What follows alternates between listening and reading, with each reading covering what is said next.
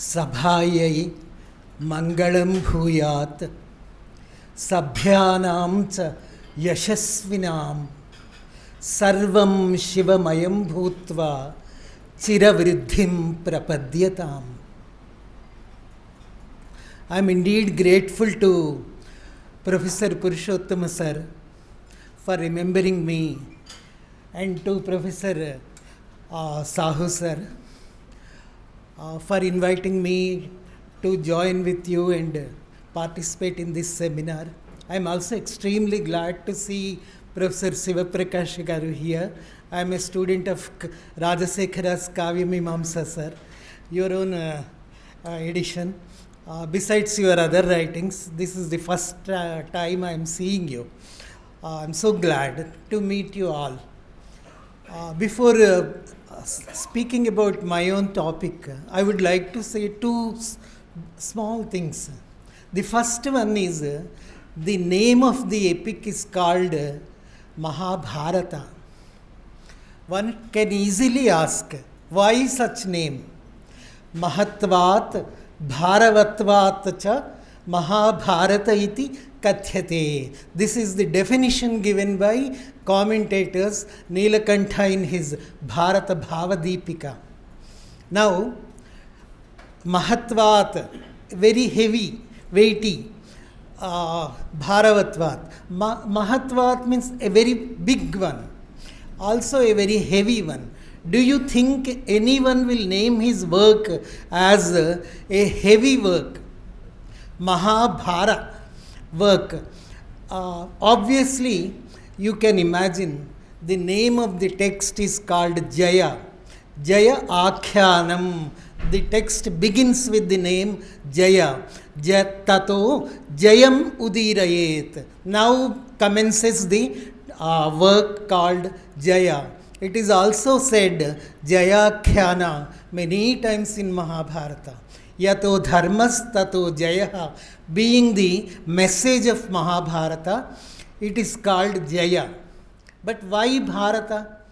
Also because the story in Adi Parva begins with actually the mid-age of Sandhi Yuga of Treta and Dwapara ages, and starts with the origin of Chandravamsha, the son of Dushyanta and Shakuntala being born, and finally the story of Bharata itself. Because the descendants of Bharata, in the descendants of the king Bharata, came Kuru after a long time, and later Kauravas and Pandavas came.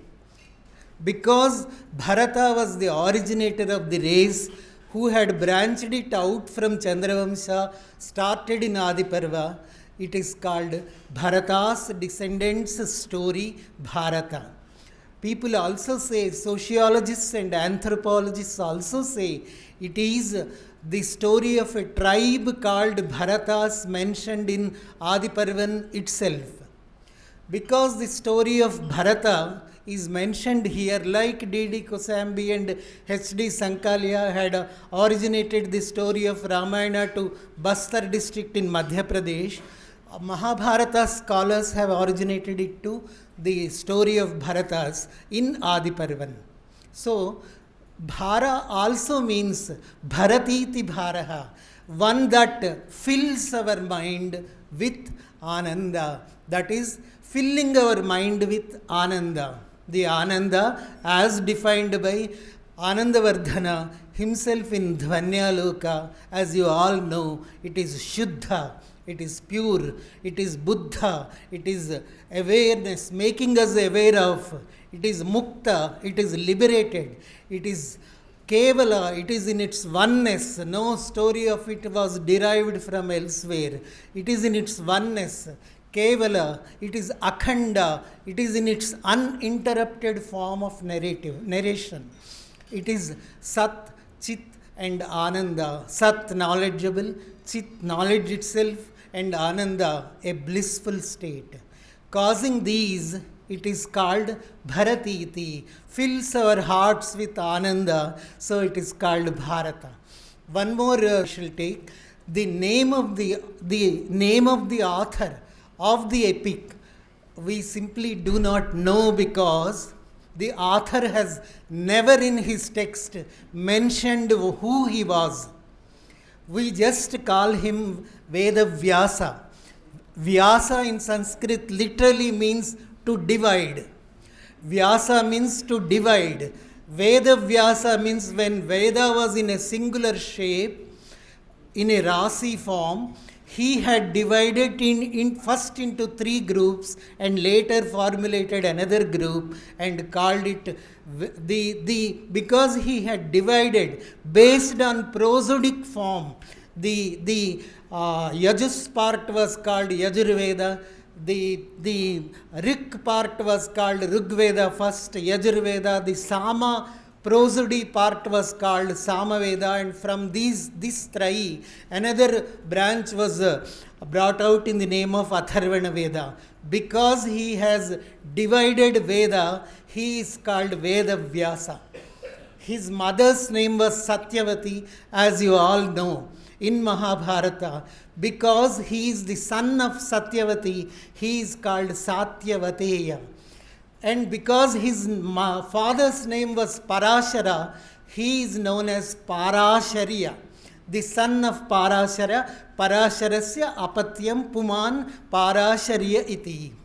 Now, at one time in Skanda Purana, Kasi Khanda, there is the story of Vedavyasa trying to curse the Lord of Benares himself, of Vishveshwara and Annapurna. On one day, he could not find alms anywhere on the streets of Benares and was angry because all his students were hungry. So he set about to curse Vishveshwara himself, saying that from tomorrow your place would remain unlivable. Then Lord Parameshwara appeared before him in his fierce form and cursed him. From here afterwards, you are banished from living in Benares. He then, after the curse, he went to a place called Krishna Dvipa. It is just 5 kilometers from Benares now. Because he went to Krishna Dvipa and resided there, from then onwards, he is called Krishna Dvipa Ayana. Ayana means residence. He went to Krishna Dvipa, so he is known as Krishna Dvipa Ayana. He was black in color, like Lord Krishna himself. So he is also called at places as Krishna.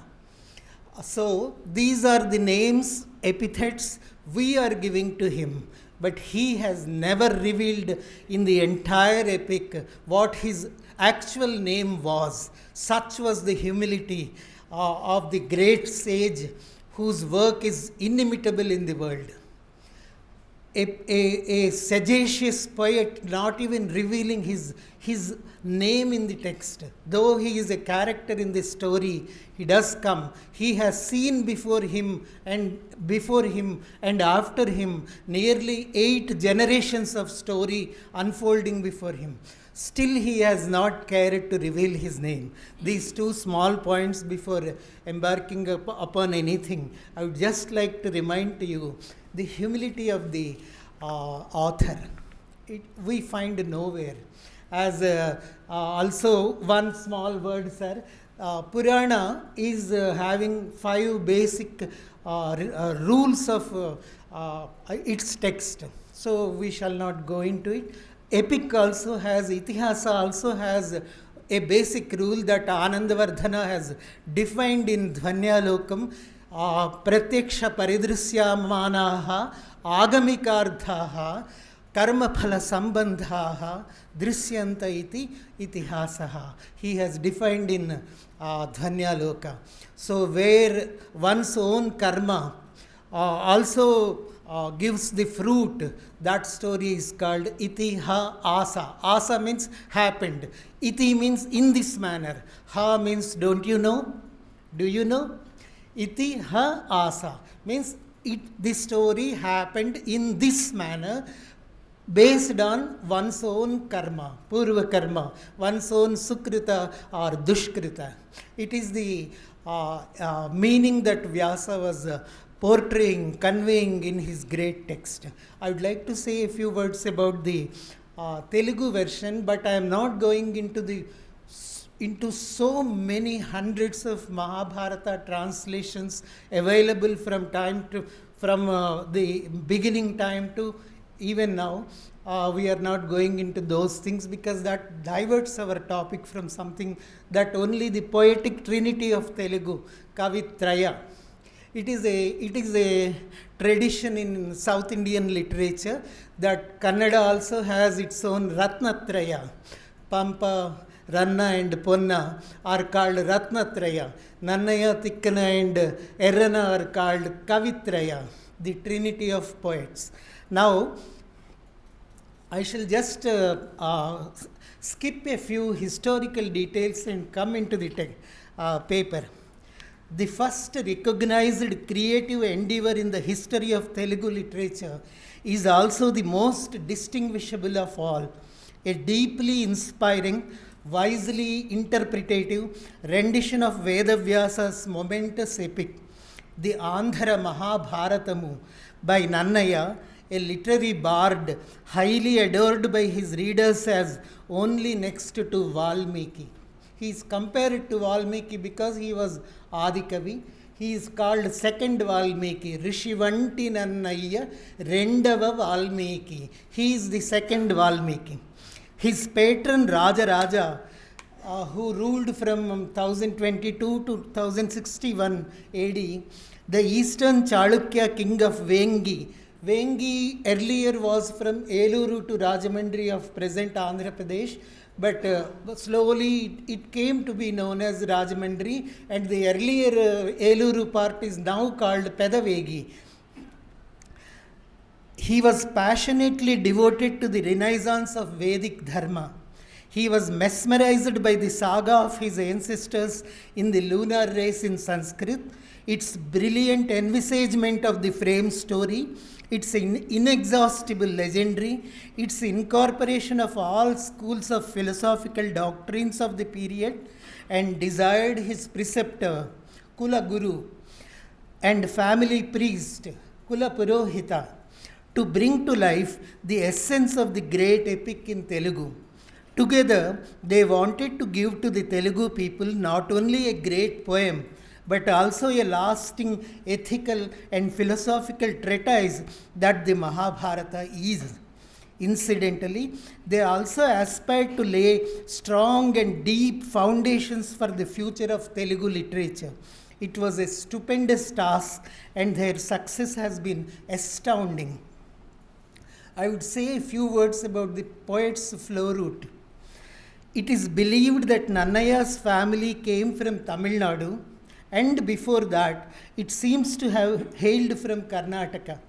Jainism was a powerful religion of Karnataka, and especially in the second half of the first millennium of the Christian era, it enjoyed a good deal of royal patronage under different dynasties. Some of the Karnataka kings like Pulakeshin of the Western Chalukya dynasty conquered the Latas, the Gurjaras, Broch, etc. and a collateral branch of the Chalukyas was found in Gujarat. The Jain poet Ravikirti enjoyed the favor of Pulakeshin too. Vikramaditya too invaded Kutch, Sorath and Broch. Some of the kings of Rashtrakuta dynasty also had close contacts with Gurjara at that time. At the time of Kakkaraja too, a separate Rashtrakuta principality was established in Gujarat, and Amoghavarsa I, whose partiality towards Jainism is well known, was styled as the Gurjara Narendra. Nannaya also picks up the phrase and calls his own patron as Rajaraja Narendra always. There is so much of comparable material between these two languages. Telugu poet Nannaya must have also known the prashasti of Jayadhavada and exemplified his own patron as Rajaraja Narendra. to a student of history conversant with the mention of Nannaraja, whose Nannaraja Vasati is referred to by Jinasena, Nannaya is quite South Indian in pronunciation. And we know that this name was usual in the south. For instance, the patron of Pushpadanta at Manyakheta was Nannaraja. Between 641 and 705, some kings, except Jayasimha and Mangi Yuvaraja, ruled Karnataka for very short durations. Then followed a period of unrest characterized by family feuds and weak rulers. Meanwhile, the Rashtrakutas of Malkhed ousted western Chalukyas of Badami. The weak rulers of Vengi had to meet the challenge of the Rashtrakutas, who overran their kingdom more than once. I am tracing this history to mean that the king Rajaraja Narendra was never a great warrior who won over kingdoms and extended his borders.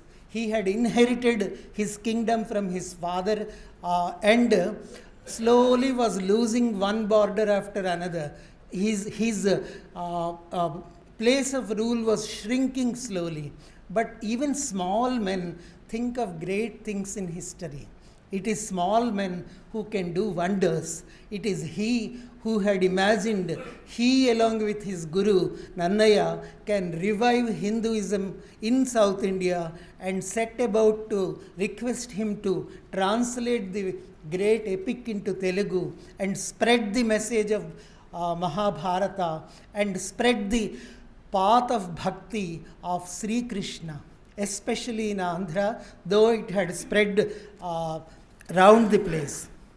Telugu poetry made its first appearance in the Addanki, Kandukur and Dharmavaram inscriptions of Pandaranga, an army chief of Vijayaditya III, in the second half of the 9th century. However, literary compositions dating earlier than 11th century are not clearly known. As you know, recently a Kannada scholar has brought out Kumudayendu's work, and it contains in the first and third chapters a few Telugu verses in a decoded manner. Kumudayendu's Siribhu Valaya is almost a secret doctrine, and it is not sold to you. You have to acquire it from Karnataka. It is printed, but it is not sold. It is not available for public scrutiny. You have to go into it and study it. There is a manuscript in National Museum here in 9 volumes. Nannaya was the poet laureate of Rajaraja Narendra in the middle of the 11th century. An erudite scholar, he was well versed in the Vedas, Shastras, and Puranas and undertook the translation of the Mahabharata into Telugu. At the time of Rajaraja Narendra, 2 literary works in Kannada language, Pampa's Vikramarjuna Vijayam and Ranna's Gadayuddham, already popularized the story of Sanskrit Mahabharata in Karnataka. Tamil translations of Mahabharata were available by the 7th and 8th centuries and much before too. Eastern Chalukya dynasty supported Jainism and Saivism. Rajaraja Narendra respected Brahmin priests, Sanskrit language, and Hindu religion. He learned from the success of Jains and Buddhists that a good way to popularize religion and standard religious works was to translate them into the native language. Even 1,000 years before, Buddhism and Jainism became very popular, using local languages for their sermons and teachings. So, Rajaraja Narendra requested his teacher, advisor, and court poet Nannaya to translate Sanskrit Mahabharata into Telugu for his people. Nannaya himself says in the text that there were many people in the assembly who were great poets, but he was fortunate to be requested by his patron to take up the task. He says, Mridu Madhura Rasabhava Bhasura Navartha Vachana Rachana Visharadulagu Mahakavulunu. There were great poets. He himself had mentioned Mahakavi. They were Vachana Rachana Visharadulu. We do not know if they were composing only prose works or also Vachana literally means a literary form. We simply do not know his phraseology. Mridu Madhura Rasabhava Bhasura Navartha Vachana Rachana Visharadulagu Mahakavulu was the term used by him. The chastity of Nannaya's language, the dignity of his diction, and the majestic ease of his narrative skill attain a rare perfection which serves as an everlasting model edifice in Telugu.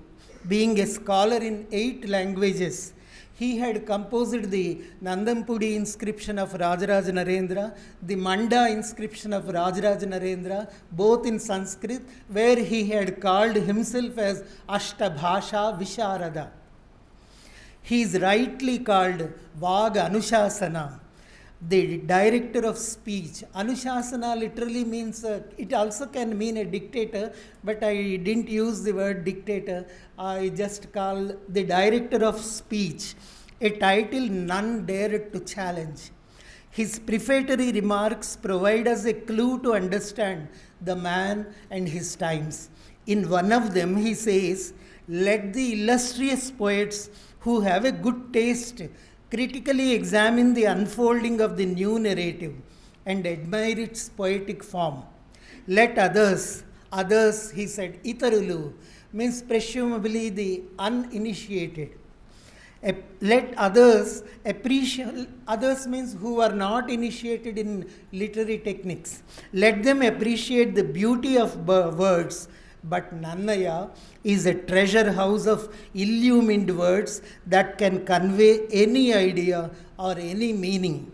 He has resolved to recreate the Mahabharata in Telugu for the benefit of mankind. He had himself said in the prefatory remarks of Adiparvam, Saramatin Kavindrulu Prasanna Katha Kalita Artha Yukti Lonarasi Meluna Itarul Akshararamyatana Adarimpa Nana Ruchirartha Sukti Nidhi Nannaya Bhattu Telungunan Mahabharata Samhita Rachana Bandhurudaya Jagadhitambugan.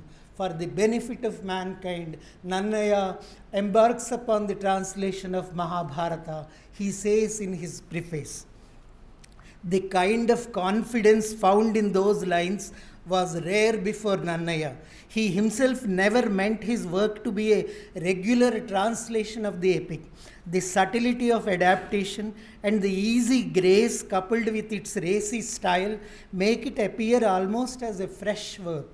He followed the story as found in its original, based on a synthetic edition he had redacted for himself and used his discretion regarding the retention or omission of certain details.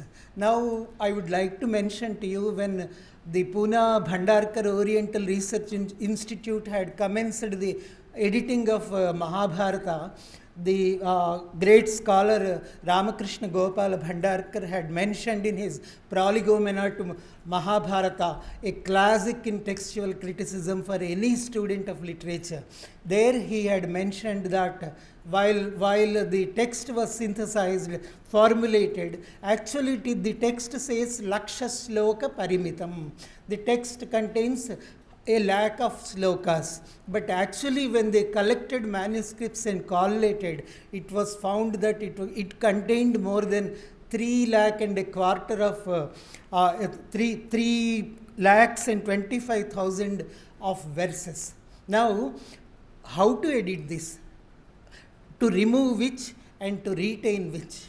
This is the question that was before the scholars of BORI at that time. They had decided that the oldest We do not have an autograph manuscript of Mahabharata like in many languages except in Kannada. Kannada has the tradition of preserving the manuscripts from ancient times, but not in Telugu or not in many languages. They have found a Sharada script manuscript much before Nandinagari script and found that it was the most ancient, oldest, almost nearing the Bakshali manuscript tradition, and found it as the basic text of Mahabharata. So, if Sarada script is adapted as the basic script and it has to be retained, we should believe that by 6th century, interpolations started emerging from various regions of the country. The pan-Indian interpolation tradition is another chapter that Bhandarkar had dealt with. Why I mentioned all this story is because they have taken, the scholars of BORI have taken Telugu Mahabharata as one of the role models before them. They decided whatever Nannaya had adapted, he had collected manuscripts from all over the country. Please believe me, he had collected from Vanga, he had collected from Mithila, he had collected from Kumbhakonam, he had collected from Andhra, he had collected from the length and breadth of the country and collated his own synthetic version before translating. He did not keep a single manuscript and just translated it like a newspaper report. He had imbibed the text, he had it by heart, then he had collected, he tried to read whatever Kavya material was available on Mahabharata, then took up his translation. So an effort of 25 to 30 years must have been there before his taking up the translation, and Rajaraja, having known that he was studying Mahabharata, has said in the text itself, he says, every day you tell me this is found in Mahabharata like this, Dharmaraja said like this, Bhishma said like this, why don't you translate the epic yourself and read out to me? This is how the story came to Telugu. Now, the freedom of rendering bears the celebrated poet's stamp of originality, and it is his unique personality that makes the work sound so original. He recreated Mahabharata as a celebrated work of poetry in Telugu. It is interesting to note that among Telugu-speaking people, the most popular work is the Mahabharata and not the Ramayana, as is the case with regard to other peoples throughout India. In Bengal and northern India, in Maharashtra and Tamil Nadu, in Karnataka, Ramayana is considered more sacred. It was older than the Mahabharata. But in Telugu, the Mahabharata usurped the place of the Ramayana. It is partly due to the rich poetry that Nannaya and his successors had woven round the story, and partly to Andhra people's racial temperament. The innate impulses of the Andhras accord very well with the life of the warring characters of Mahabharata. In the Ramayana, the whole action centers around a single hero who always feels humble before the high-pitched traditions of his ancestors. His life is an example of self-abnegation, and its fulfillment lays more in passive submission rather than in active resistance to the force of circumstances. The Ramayana glimpses the divinity in man, while the Mahabharata acquaints us with the superior types of men who yet are common mortals. The spirit to resist and the indomitable will to win are prominent among the heroes of Mahabharata, of which there are many. In fact, there is a proverb in Telugu, tell me which character you like in Mahabharata, I will tell your character. It is like face is the index of mind. There is also a proverb in Telugu, there is no poet who had not written Ramayana and who had not written a promissory note. Because poets were poor in those days, they were in debt always. That's a proverb in a lighter vein I am just mentioning. The most It is this plurality of heroes, this complexity of action, and this indifference to dogma and ritual that probably appeals more to the Andhra temperament. More than the path of the strict traditional ideal of Ramayana, the play of emotions in the Mahabharata appeals to the characteristically emotional temperament of the Andhras, whose tastes are artistic to the fault. Nannaya knew his people, and the king's assignment to him was correct. Hence, the unique popularity of Mahabharata remains established among the Andhras. I may also mention to you the word Nanna in Kannada means my, Nanna Ayya, my father. In Andhra there are also people, girls named as Nannamma, my mother. Nanni also means in Dravidian languages beautiful. It also means Priya. It also means Satya. So, Nannaya calls himself as a Nitya Satya Vachanam. He always tells only the truth. That is his characteristic. He had taken up the story of a truthfulness in winning over, dharma winning over adharma at the end. So he calls himself Nitya Satya Vachanam, Nana Purana Ko Vidu. He had studied every text before him and finally had taken up this translation. Nannaya composed, so Nanni means beautiful, Nanni means truthful, Nanni also means my own. So all these three names are very adept to him if we take his literature as the role model. Nannaya composed about 16,000 lines of verse and about 3,000 lines of prose. He is said to have authored Andhra Shabda Chintamani, a Telugu grammar in Sanskrit, but it is disputed. It is not accepted by many as Nannaya's own work. Scholars are polarized, and I myself also feel it could not have been the work, but of another master, celebrated master must have composed it. It is a great grammar work, but it has examples that do not adhere with Nannaya's own text. So obviously it must have been a different person who must have composed it. His rendering of Mahabharata ends abruptly in Aranya Parvamu or the Vanaparva in Sanskrit, the fourth canto, in which the life of the Pandava princess in exile is described. It is said that while narrating the woes of Pandavas in exile, Nannaya was so overpowered by emotion that he retired to the forest, never to return. This is a, though it is more like a legend. We can imagine a few reasons. First thing was by 1062, Rajaraja Narendra himself had died. Probably Nannaya must have felt desperate and dejected, and for whom I should read this out, and must have stopped the text. Or he himself must have died while translating. In fact, in the preface itself, he had doubted. Can I imagine completing the text? He himself said, can I imagine crossing the sea of Mahabharata all by myself? Mahabharata Samudramu Daryanganopudune. He said, can I cross the sea of Mahabharata all by myself? Like he had doubted, he had probably passed away by Aranya Parva. His text is very, very beautiful at the portion where he had stopped the text.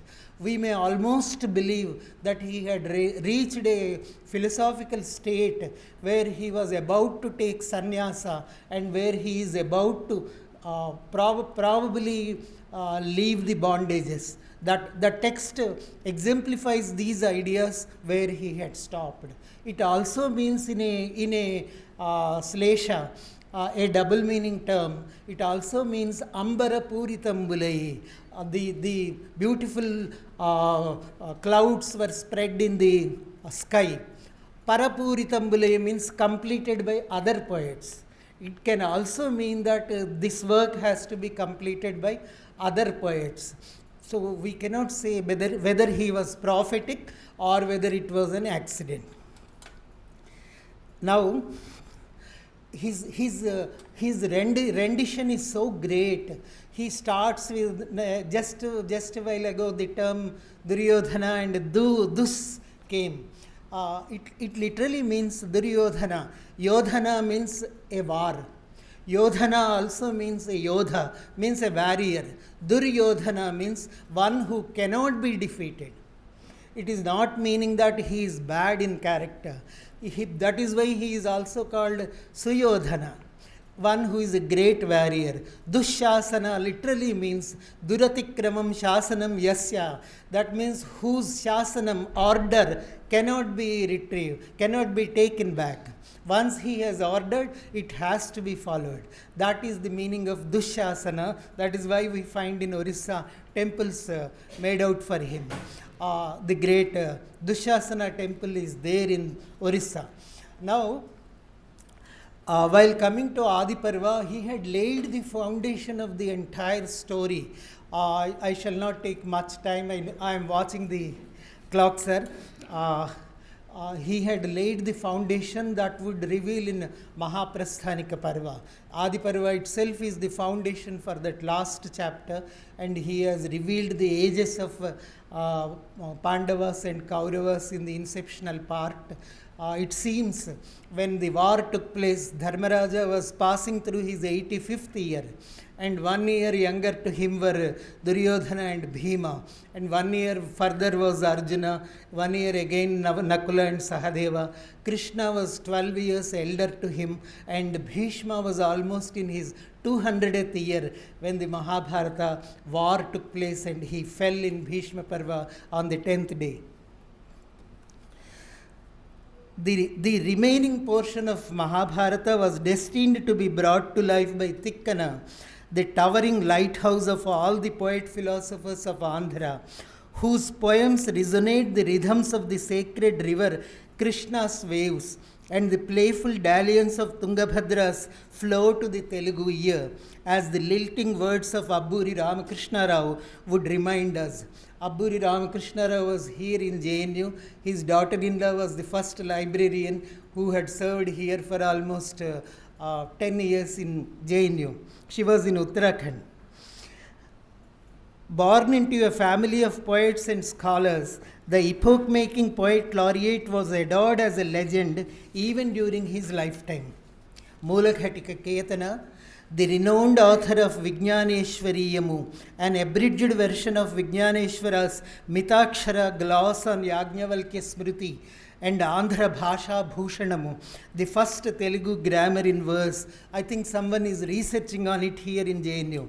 In AD 1255, and dedicated his translation to Dandin's Dashakumara Charitra to him.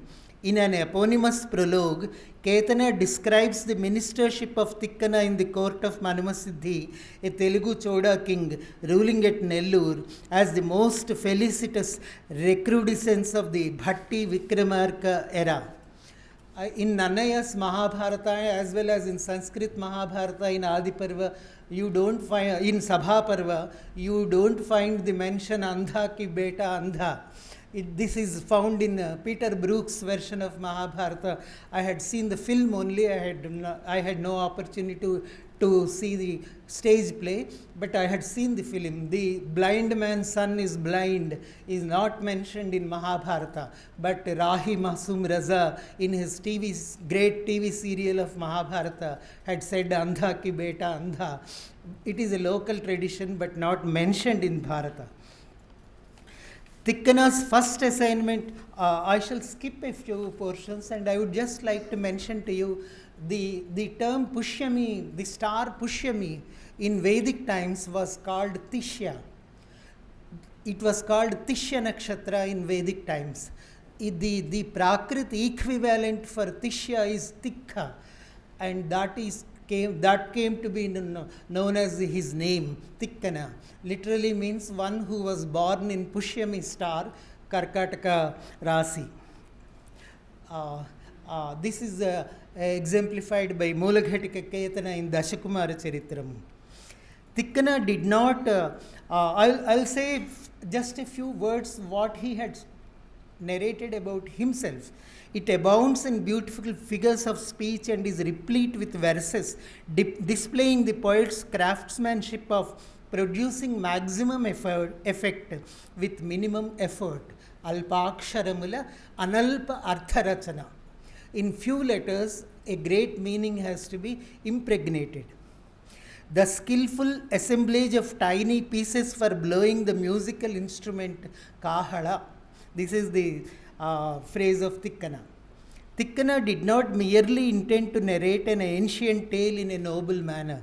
He composed poetry with a sensibility of his function as an architect and sculptor of life and a creative exponent and fashioner of significant form of our national thought and religion and ethics and culture. He was alert to the strife and destruction the frenzied religious bigots had wrought about in society then, and dedicated his mission to the unified form of Lord Vishnu and Lord Shiva, and desired the welfare and happiness of his readers as its poetic fruit. He performed an elaborate Soma sacrifice for freedom from karma doshas, faults of earlier actions, and freshly began the translation of Mahabharata in AD 1270. In fact, Nannaya also calls himself a Bhatta, Nannaya Bhattu, Nannaya Bhattaraka. It is said in Mahabharata itself. Bhatta literally means one who had performed a sacrifice or one who had overseen a sacrifice without prayaschitta. Without a mistake, if one can perform a sacrifice, yajna, he is called a Bhatta or a Bhattaraka. He began the translation of Mahabharata not from where Nannaya had left. This is one mysterious happening. Where Nannaya had left in Vanaparva, Aranya Parva, Tikkana should have continued from there. But in those days, many superstitions might have existed, and he must have thought it could be a danger to his life also if he commences from Vanaparva, where it has been mentioned that it will be Parapurita.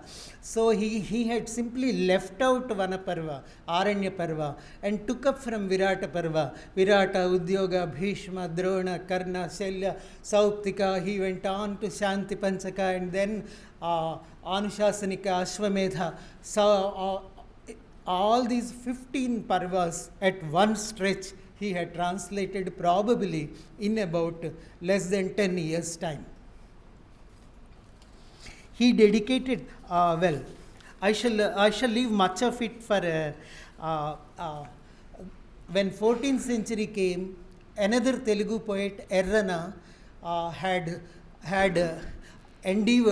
had taken strength and endeavored to put into Telugu the leftover portion of Nannaya that needed a great strength and conviction to take up a job, because there was a superstition attached to it that whoever takes it up would die.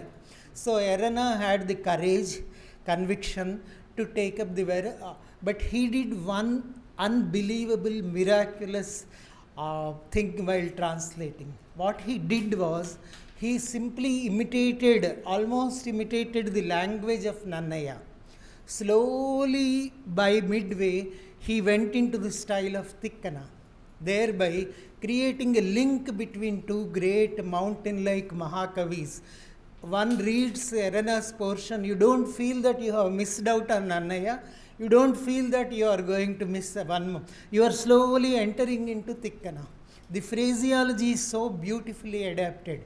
The style is so beautifully imitated, at the same time retaining his own identity in the entire translation that he had undertaken. He had translated the remaining portion of Aranya Parva into Telugu by bridging the gap between two great poets who were entirely different in style, content and makeup. Nannaya had totally a different Telugu style, and Tikkana has brought out a fresh approach to Mahabharata. Both these streams were linked together by Errana in a great manner. That is why when we are reading Mahabharata, we feel like it is a single poet's entire creation and not a poetic trinity's contribution in almost 250 years' time. I shall not go into many details which I may want to say, but in Sabha Parva, two examples. In Sabha Parva, Nannaya says when Draupadi was disrobed, an attempt was made on her to disrobe. He says the body contours were never revealed. So there is no concept of nagnata, nudity. The body contours were never revealed when Krishna was offering a new sari, when Dushasana was removing a sari. The body contours were never revealed to any of the spectators sitting around. So that was the greatness of the sagacious poet's creation. Nannaya says in a very subtle manner. That is what he called himself as Prasanna Katha Kalita Artha Yukti. Artha Yukti is a term in Purva Mimamsa.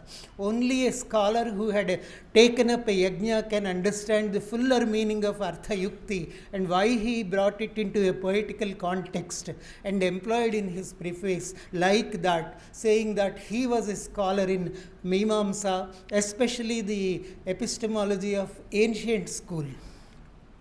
Not taking much time of yours. In fact, there is the Gada Yuddha was mentioned. In fact, Nannaya was conversant with Bhattanarayana's Veni Samhara, and in Kannada, Gada Yuddha had already appeared. Nannaya was conversant with these both great poets, but we do not have any evidence of having seen Bhasa's Gada Yuddham. Maybe Bhasa was not known to him, or Bhasa was not available to him, so there is no possible connection to Bhasa's own Gada Yuddha, but there is a definitive connection to Ranna's great work. And of course, it has been recent. I had studied a Telugu translate into it when Srikantaya Garu made a Kannada drama out of Gada Yuddha. I had studied a translation of that in Telugu. But there is Panna also, but Panna basically Bhavanaika Ramayana and Shantinath Purana. He was not of Mahabharata tradition in such a great way. Though Nannaya had studied him, he had not imitated. He had certainly imitated Pampa's Vikramarjuna Vijayam. Pampa also hailed from Andhra Pradesh, from Punganuru, it is believed, and went to Karnataka. Nannaya came from Karnataka to Rajamahendravaram, as it is traced. So both the poets had great affinity. That is, Nannaya had great affinity towards the earlier poet, had taken up his phrases in a big way. I can mention at least 20 lines where he had, as it is, taken Pampa's. I studied Masti's Mahabharata Deepika and then understood that Nannaya had heavily depended on Pampa, though Pampa's was a Jainistic tradition. Nannaya is a purely Vedic Sanatana Dharma tradition. They had the traditional variation, but the poetic merits were simply adored by Nannaya, and he had imitated Pampa's great work. In every place he introduces his own understanding of the text. When Dharmaraja asks in the royal court in Udyoga Parva, he says, "You give me 4 towns and 1 more town, I will leave the place." Indraprastha, Vrikaprastha, Jayanta, and Varanavata, along with one more town, he says. All these 4 towns have been earlier donated by Duryodhana to some other people. Now he cannot take back and donate them to the Kaura Pandavas. So he is in a fix. He is pinned to the wall, and then he says, "I will not give you a small piece of land also, get lost." That was when he was pinned to the wall. This is the essence we find in Udyoga Parva of Tikkana. Each of these great poets have their own understanding brought into the text. I shall simply conclude the article for you.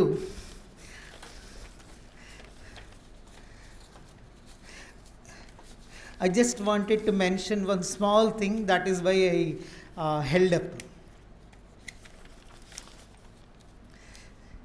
For Telugu people, the Mahabharata is an irrefutable testimony to the greatness of India. It is a gigantic torrent of life and thought, of action and meditation, of images and examples, and of principles. It reflects the multilateral character of Hinduism, its monotheism and polytheism, its spirituality and materialism, its strictness and laxity, its priestcraft and anti-priestcraft, its hierarchical dogmatism and rationalistic philosophy combined in one flow of events and eventualities.